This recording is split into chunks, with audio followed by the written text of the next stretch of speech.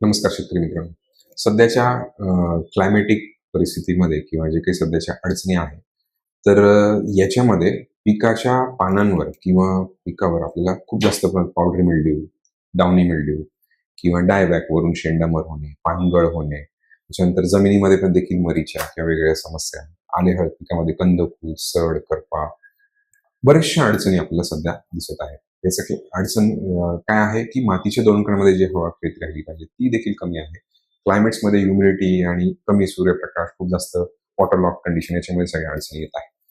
तर आता शेतकरी मित्रांनो, हे सगळं करत असताना मग आपण रासायनिकचा वापर करतो, तात्पुरता रिझल्ट मिळतो, नंतर परत अडचणी वाढत जातात कारण की पिकाची प्रतिकार क्षमता कमी होत जाते रासायनिकचा वापर केल्याने.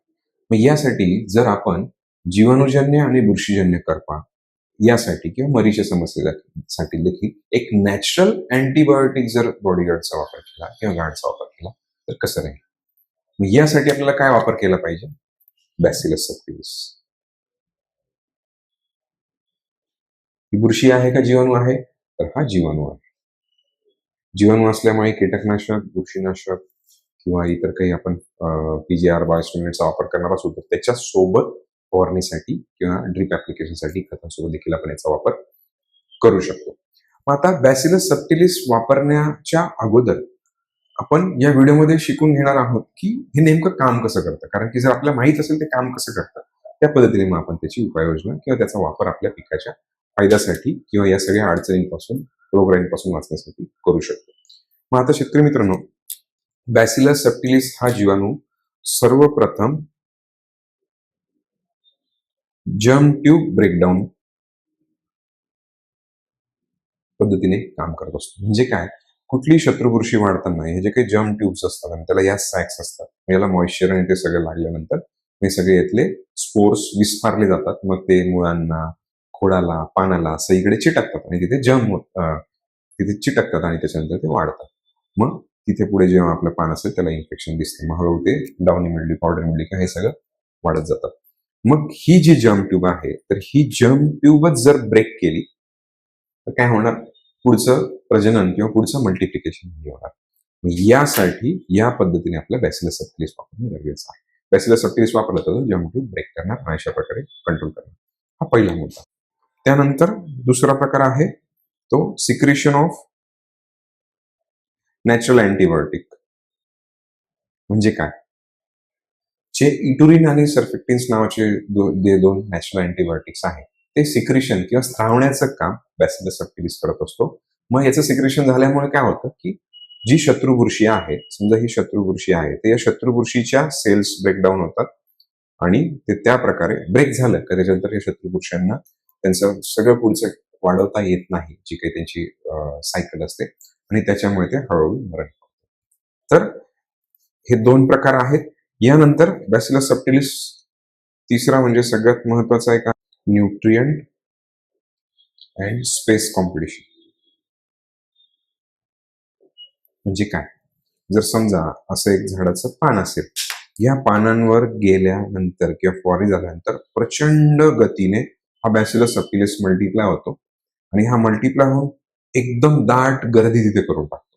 मग ती गर्दी झाल्यामुळे तिथले न्यूट्रिएंट्स किंवा तिथलं खाद्य आणि तिथली जागा शत्रुपुरुषांना किंवा शत्रुजीवांना वापरता येत नाही आणि त्याच्यामुळे अशा पद्धतीने देखील हा त्याला कंट्रोल करून टाकतो. त्यानंतर चौथा जो प्रकार आहे तो ISR. त्याला काय म्हणतात? Induce systemic resistance.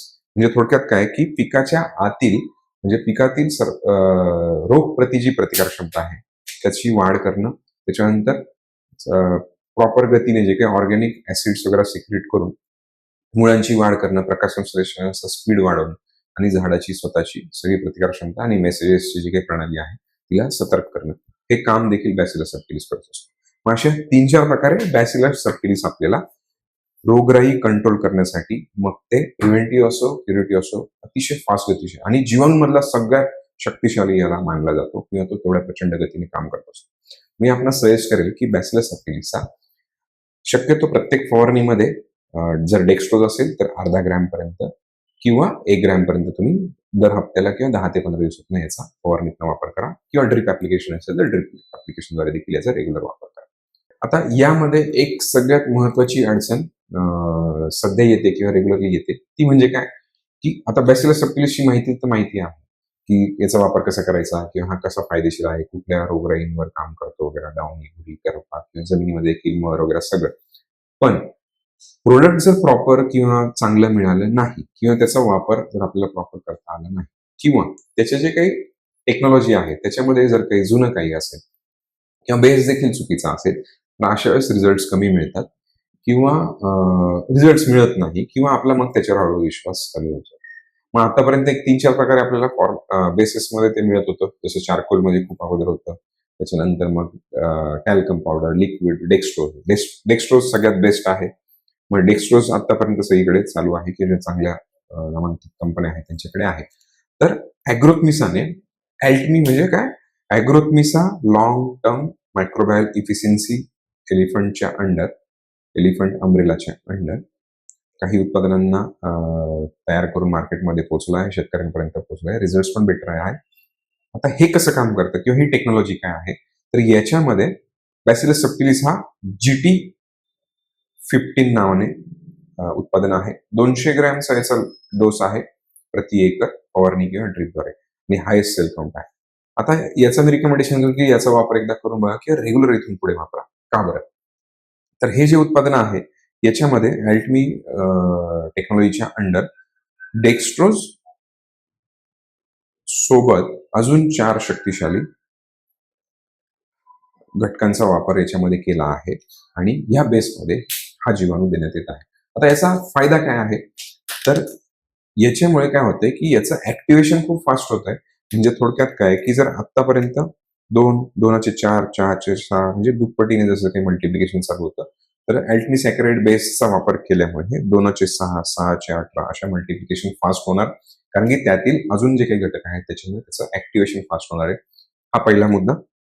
यानंतर दुसरा मुद्दा, वेगवेगळ्या टेम्परेचर्समध्ये, फ्लक्च्युएशन्समध्ये याला काही अडचण येणार नाहीये. तुम्ही त्याला जमिनीत वापरा, फवारणीत वापरा, सकाळ, दुपार, संध्याकाळ कुठल्याही क्लायमेटिक याच्यामध्ये त्याला अडचण नाही.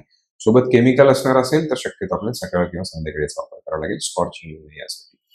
त्यानंतर अजून एक महत्त्वाचा मुद्दा, याच्या अगोदरची जी काही उत्पादनं किंवा रिकमेंडेशन होतं की ताक, दूध, दही, शेण, डाळीचं पीठ किंवा कशातरी ते भिजत घाला आणि मग मल्टिप्लाय करा आणि वापरा. याला त्याची काहीच गरज नाही. अल्टमी सॅकराइड मॅट्रिक्स हे असं आहे 3 टाइम्स याचं मल्टिप्लिकेशन होण्यामुळे अगदी 12 ते 24 तासात तुम्हाला त्याचे रिझल्ट्स दिसायला चालू होतात. काही ठिकाणी जर क्लायमॅटिक सिच्युएशन चांगल्या असल्या तर 4 तासात देखील तुम्हाला प्रिव्हेंटिव्ह क्युरेटिव्ह रिझल्ट्स दिसायला या बॅसिलस सबटिलिसचे किंवा GT15 चे तुम्हाला मिळू शकतात. त्यामुळे मी आपणास रिकमेंड करेल 10 ते 15 दिवसातून एकदा 1 ग्रॅम किंवा दर हप्त्याला किंवा दर फवारणीमध्ये 3-4 दिवसांनी फवारणी जरी असेल, मग द्राक्ष असेल, डाळिंब असेल, इतर आले, हळद असेल किंवा इतर कुठलेही भाजीपाला पीक, कुठलंही पीक असेल त्याच्यामध्ये याचा वापर आपण फवारणीमधनं करू शकता. ड्रिप ॲप्लिकेशनला आपल्याला 200 ग्रॅम प्रति एकर याचा वापर करायचा आहे. कीटकनाशक, बुरशीनाशक खतांसोबत पीजीआर बायोस्टिम्युलंट्ससोबत एकत्र याचा वापर केला तर ही अडचण नाही. नक्की एकदा याचा वापर करा. आता हे करत असताना शेतकरी मित्रांनो, हा जर व्हिडिओ तुम्हाला चांगला वाटला असेल तर जास्तीत जास्त शेतकऱ्यांपर्यंत पोहोचवा आणि नवीन असाल तर याला लाईक देखील करा चॅनलला किंवा सबस्क्राईब देखील करा आणि तुमचे जे काही पिकाचं नाव आणि जे काही अडचणी असतील तुमच्या फोन नंबर सोबत कमेंट बॉक्समध्ये नक्की टाका. पुढील 24 ते 48 तासात ॲग्रोथमिसाची एक्सपर्ट टीम आपला संपर्क करेल आणि योग्य ते मार्गदर्शन करतील. जर व्हॉट्सअप करणार असाल तर व्हॉट्सअप नंबर दिलेला आहे. त्याच्यामध्ये तुम्ही तुमच्या पिकाचं नाव देखील फक्त टाका. तरी आम्ही तुम्हाला पुढच्या 24 ते 48 तासात जी काही अडचणी असेल त्याच्यावर प्रॉपर 15 ते 20 दिवसाचं कमीत कमी 2-3 ॲप्लिकेशनचं खतं फवारण्याचं सोल्युशन उपलब्ध करून देऊ. नक्की आम्हाला संपर्क करा. धन्यवाद.